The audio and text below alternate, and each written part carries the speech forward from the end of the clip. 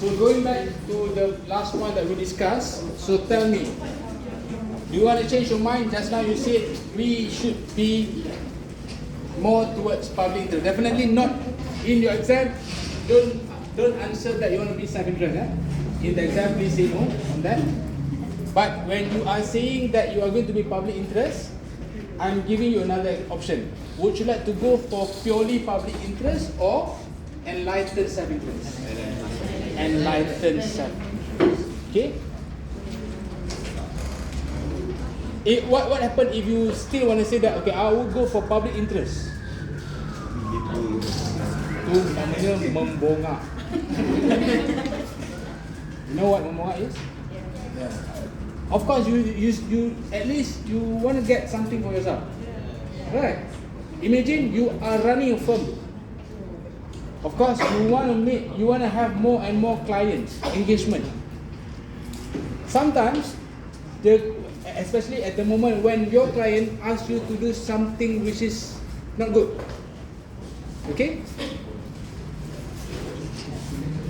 You can totally say no, but you at the same time you might be thinking, instead of purely say no, in order for you to purely become public interest kind of accountant, you can actually, somehow tackle the situation by advising your client. Okay, actually, I understand that your concern is this one.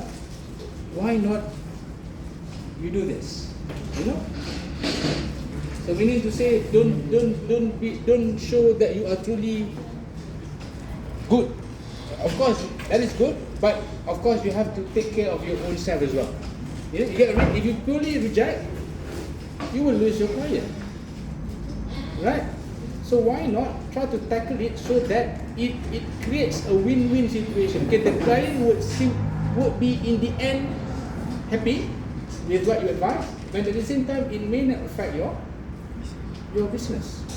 Okay, so enlightened self-interest is the most optimum way, right? Okay, how to be responsible? So we have to assimilate and put all these elements together. Okay, that is the reason why we put governance and ethics together. And even in the exam, yes, ethics and governance can be asked simultaneously, can be asked in the same question, because they are always together. Okay, how can you say that you are exercising a good governance if you don't follow the codes, if you are not ethical? Okay? If you are purely following governance, automatically you can be ethical, but not really 100%. So that is why you have to put both, okay, and put the equal emphasis on both elements, so that you will become a good and ethical accountant with a good sense of governance too. Okay? And that creates accountability.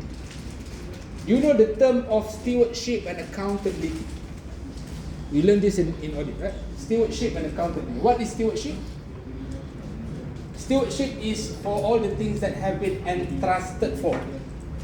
Your task as a government servant, your task as a board member, your task as an accountant is talking about your stewardship as an accountant. Accountability is usually when something happens. Accountability is from the term to be held accountable, to be held responsible. Okay, talking about being a member of the board. Okay, if something happened, even though the board is innocent, but because of this accountability, that innocent board member will still be liable. Okay, there was a case, if you know server dynamic, you go and Google server dynamic. There was a negligence, a governance issue, and it ended up, some directors sentenced to jail, and it happened to be some of the directors were innocent, just because of the member, or some of the members were in the board. Automatically they were accountable for anything happened. So be very careful. One day I know your CPA, okay, you once you become a CPA, you are entitled to be brought into any board of directors, any board team. One of the perks of being a CPA is, our sign, our signature, our qualification is so much to the extent that we are eligible to be part of the board members. But if you just there for the sake of getting allowance without you don't want to know what is going on, okay, just for the sake of getting money, be very careful, because if anything happen, even though you did nothing, you will still be accountable. So we must emphasize accountability. In this case, even though you are an ethical accountant and you are following all the governance, but if you forget about the accountability, still don't be surprised if an ethical accountant also get caught and sentenced to jail because of this accountability factor. Okay. I'm going to share with you, if you refer to your PDF module, or if you have the hard copy one, also you can refer. On top of the content, on top of the the content, the content of the module, you can also extract keywords from the questions, from the examples, from the figures. You get what I mean? When you read through the textbook, right, there are questions like this, there are diagrams, there are graphs, there are even examples. Can you look and look for those when you scroll down? Can you see all these four? Right? So please extract the keywords from all areas, not necessarily from the main content. Okay, not necessarily from the paragraphs, but also from the tables, from the questions, from the examples too. Because some of us may think, okay, we just need to read the content. Examples, we keep it later. No, you can do that, but it might be too late for you to extract those important keywords. And you know what? In your index, you can actually add another column and put question 1.1. Let's say, because you see, this question 1.1, it says something, say about what? Let's say this one, IAASB. Assuming that IAASB is in your index, you can put another column, questions. You put 1.1, so that you know, okay, when you flip through the textbook, looking at IAASB, I should also read question 1.1. Okay? Can you see now how rich RICH, how rich your index will be? Okay, it covers everything, not only the body, the content, but also from examples, from the questions. And for your information, every question has answer at the back. So when you are referring to this question, you are to also refer to the answers at the back. And I would say you are going to mainly looking at the answers actually. So good enough for you to label it as question 1.1, so that you know when you refer to your module, you look at both question and answer. And don't be surprised if the questions are extracted from the answers at the back. Okay? So that's why I really want everyone to experience generating your own index. I can easily give you and share with you the index prepared by your senior, but I don't want that. I want you to generate, because you know better your own index. Because I understand when you key in, you learn and you read. Okay? Okay, so now we are moving forward, bringing this philosophy that we want, in order for us to become an ethical accountant, okay, we can go for enlightened self-interest. But self-interest should never outweigh the primary commitment to the public interest. It is not wrong to be 50-50, because 50-50 is still not outweigh public interest, right? But make sure if you go for 60-40, that 60 is public interest, 40 is your self-interest. But 50-50 is still okay, because the first one is not more than the other. Okay? It is possible to be committed to the public interest and possess a degree of self-interest. I think the example that we shared earlier, talking to a client, talking to a I would say a problematic client, you must have that kind of courage and professionalism, how to turn that ethical dilemma into something that is actually manageable, rather than completely saying no. Okay, no, I don't want to be involved with this. I quit. Okay.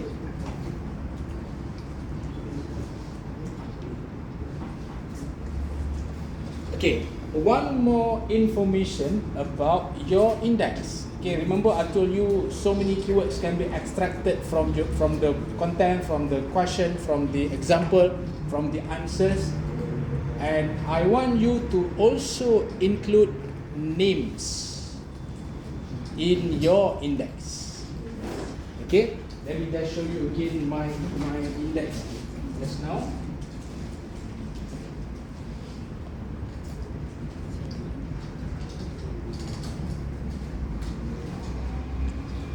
Can you see this?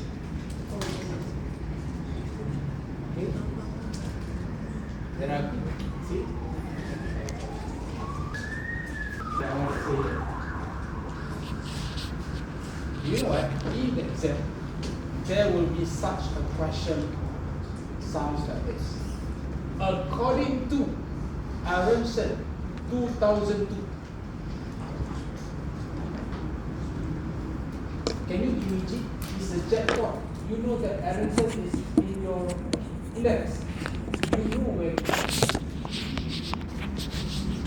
But can you imagine if it is not in your list? A disaster. So make sure you go page by page, line by line.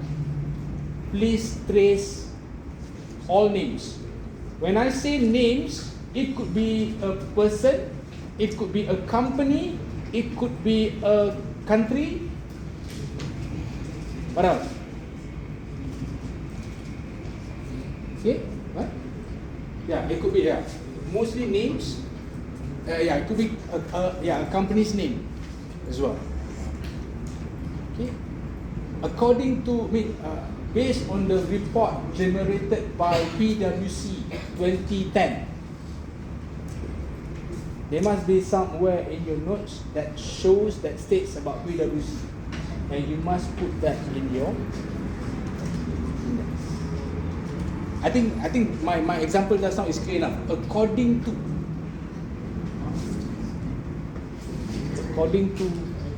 who said what? Can you imagine what do you feel when the name is not in your list but it is us in the exam? Okay, you know that you have hit all of the names except the name us. Lagi sakit hati kan? Be alert to key in everything. That's why as early as this stage, okay, so far up until this slide, what is the number of page that we are currently in? 21. 31 already. Okay, so it is already a lot. So make sure that, okay, maybe after this, going back, you complete up until where we stop later. Cover up as much. Okay, I have a quick number. How many keywords so far on average? 19? It should be more than 10, I suppose. Right? If it is lesser than, that means you are still lag behind. Put more and more. You know what? It's okay. You don't have to double check whether you have already keyed in that keyword or not. Especially today is the first class, right? Let's say when you attend my second class, you are contemplating whether you have actually keyed in the keyword or not. It's okay. No one is going to audit your index or why you put this one twice. My principle is simple. Better be more than nothing, never. You put Anderson twice. Better than no Anderson at all. Not only twice, 3 kali, 4 kali pun okay. 3 times, 4 times also not a problem. It's yours. Okay? No one is going to audit why you put this one twice. Okay? Okay, now even looking at this slide also there are few names mentioned. Okay, look at that. Saravana Mutu, Abbott, Johnson. So make sure that all these names are in your index by now. Okay. Look, okay, another example. I think there will be one question in knowledge equity later when you are able to access to knowledge equity. If I'm not mistaken, there was one question last sem. According to Carnegie and Napier, the 4 E's include. I've heard about Carnegie and Napier. Where should I find it? Must be in your index. Tag it where it is. Okay? So be smart in making notes. Okay, one of my friends asked me, would it be enough for me to score or even get good grade if I just rely mainly on the index and the module? I said yes, provided your index is super powerful and you know how to use it well.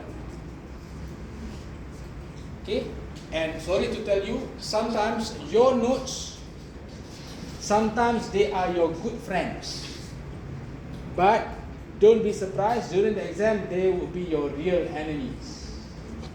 How? Cari tak jumpa.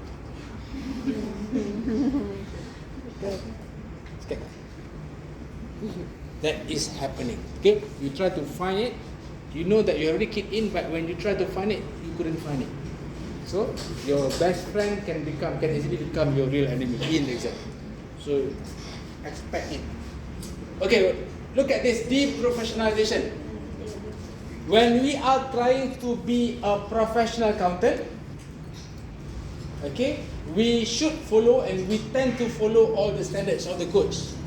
But if we do it the other way around, if we don't follow, we are deemed to deprofessionalizing ourselves.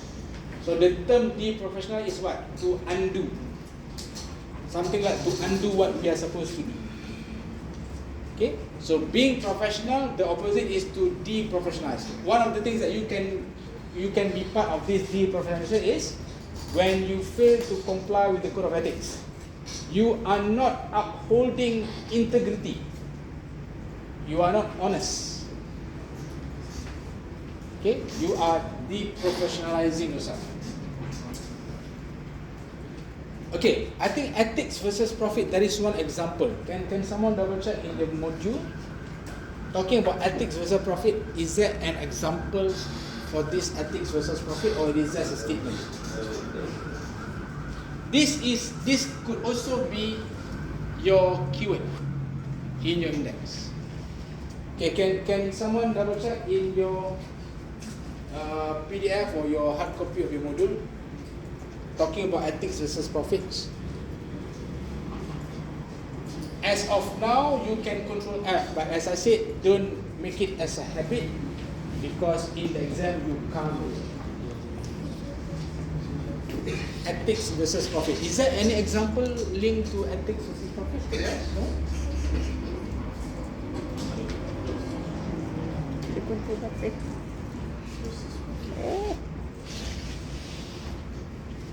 Have or don't have? Yes. Which example?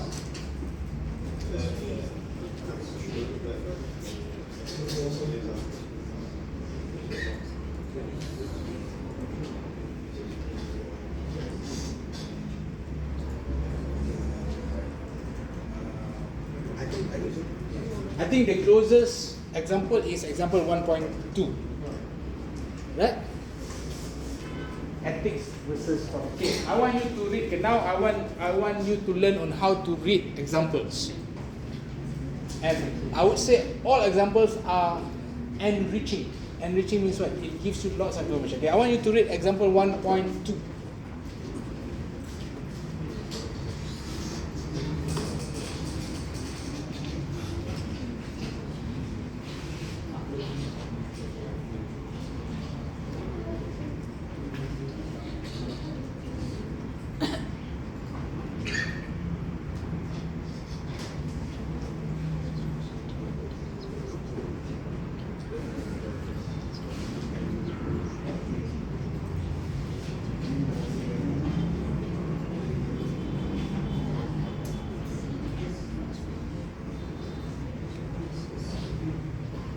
Was it the first?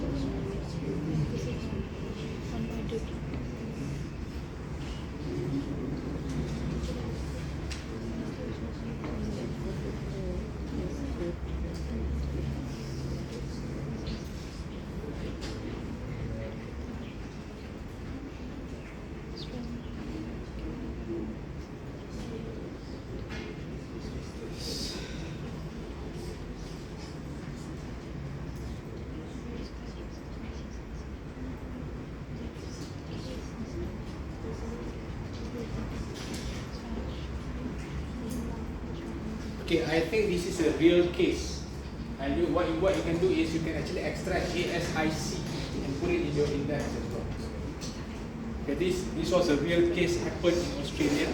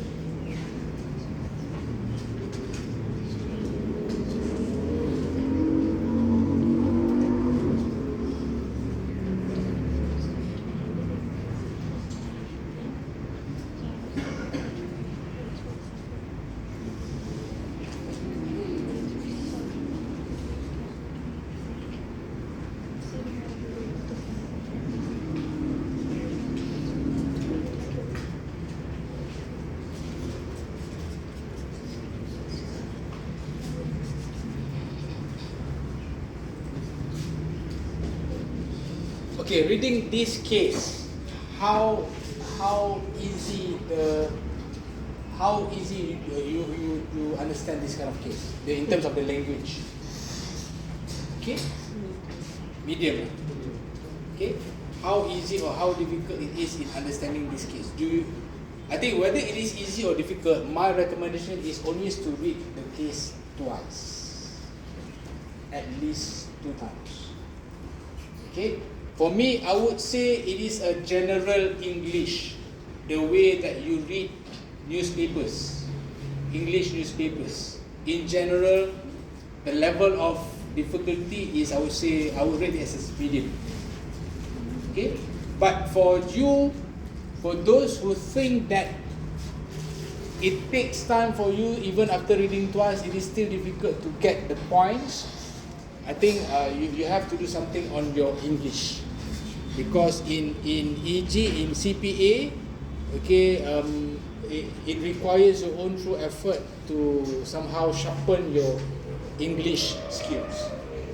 We are not expecting you to be a good, writer, English writer, but I'm talking about the way that you should comprehend the question. As I said earlier, if you can't do much about the essay part, at least you can, as long as you can understand all the MCQ questions, at least you still can pass. Okay, look at this example 1.2. Right, before that, can you double check, can you see what was in example 1.1? I think my target is for everyone to read all the examples. Can you check what was in example 1.1? This one. Okay. So what I may suggest, especially if you can write something on your PDF, you put a summary. Okay, I assume if you're using iPad, you can write somewhere besides that. So write a summary about every case. Okay. So before we discuss example 1.2, since we are not that far, could you please read 1.1 and tell me something about this? What this case is all about?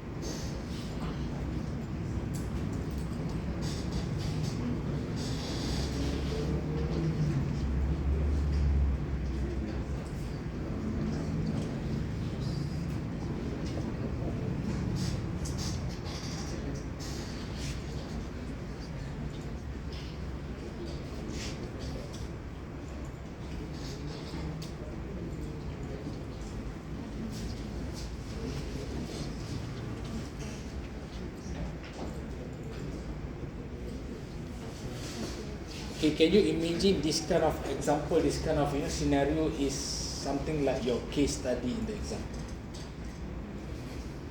Okay. Indeed it is, especially when you are given a scenario and you have to answer some questions about the scenario. So if you fail to understand what the scenario is all about, it will be difficult for you to answer what the question wants.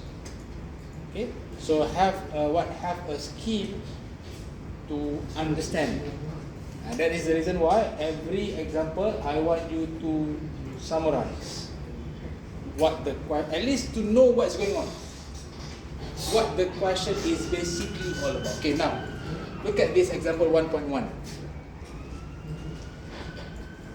What is this case all about?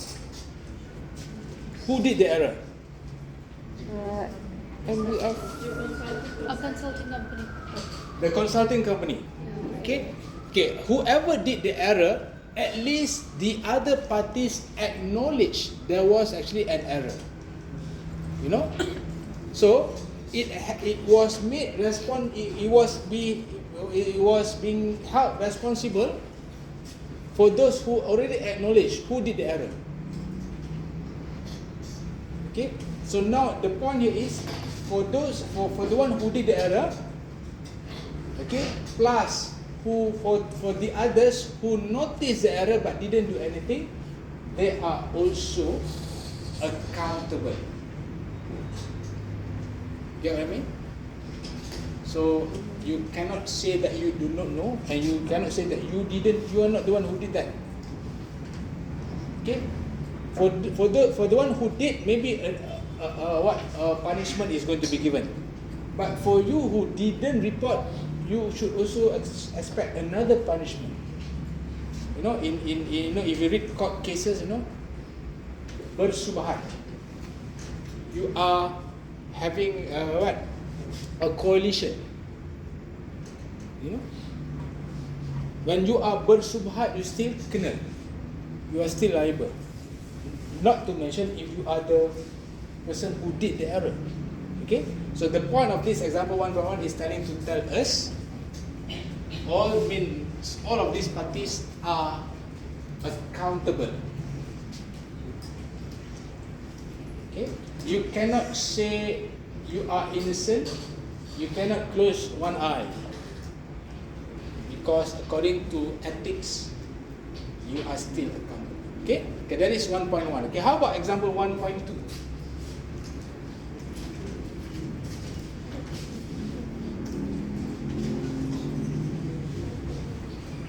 Okay, I think, yes, after reading this, yes, I can confirm this is something about ethics versus profit.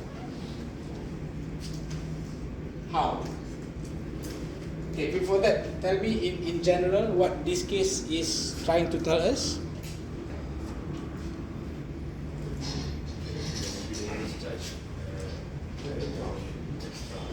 Yes. For a company that is going to be liquidated, it truly shows that the company is problematic, right? Is in trouble. So if you are as an accountant charging this already problematic company with highly excessive fee, what is the Malay saying that can support this situation? If you can come up with that Malay saying, it means you understand. Yes. Is there any English saying that is similar?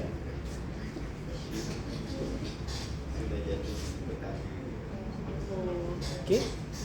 For someone that is already in trouble, you make him or her even more trouble. You add more trouble. Is it like adding fuel to fire? Exactly. Adding fuel to fire. Okay?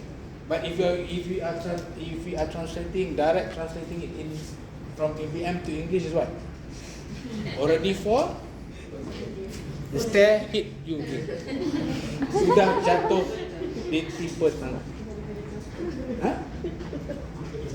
Any TikTok language you want to add? No? Adding salt to Already fall, then suddenly the stair hit you again. Can you understand what I'm saying? yes. So it's about ethics as a profit. Yes. I know that this is your what opportunity to make a profit, but not excessively done, especially when you are claiming that you are an ethical accountant, but you are adding fuel to the fire. Okay? It is not wrong, but it is unethical. Later, when we start learning about ethics, we will explore ethical versus illegal, ethical versus legal. There are 4 quadrants. We'll talk about that when we touch about ethics later. Okay? Alright. Any question for this? Okay, if you look at my slide, after this slide is straightly this, after this about profession. So I don't think that I'm going to start this today. It would be great if I can straightly explain all the entire 8 in one go.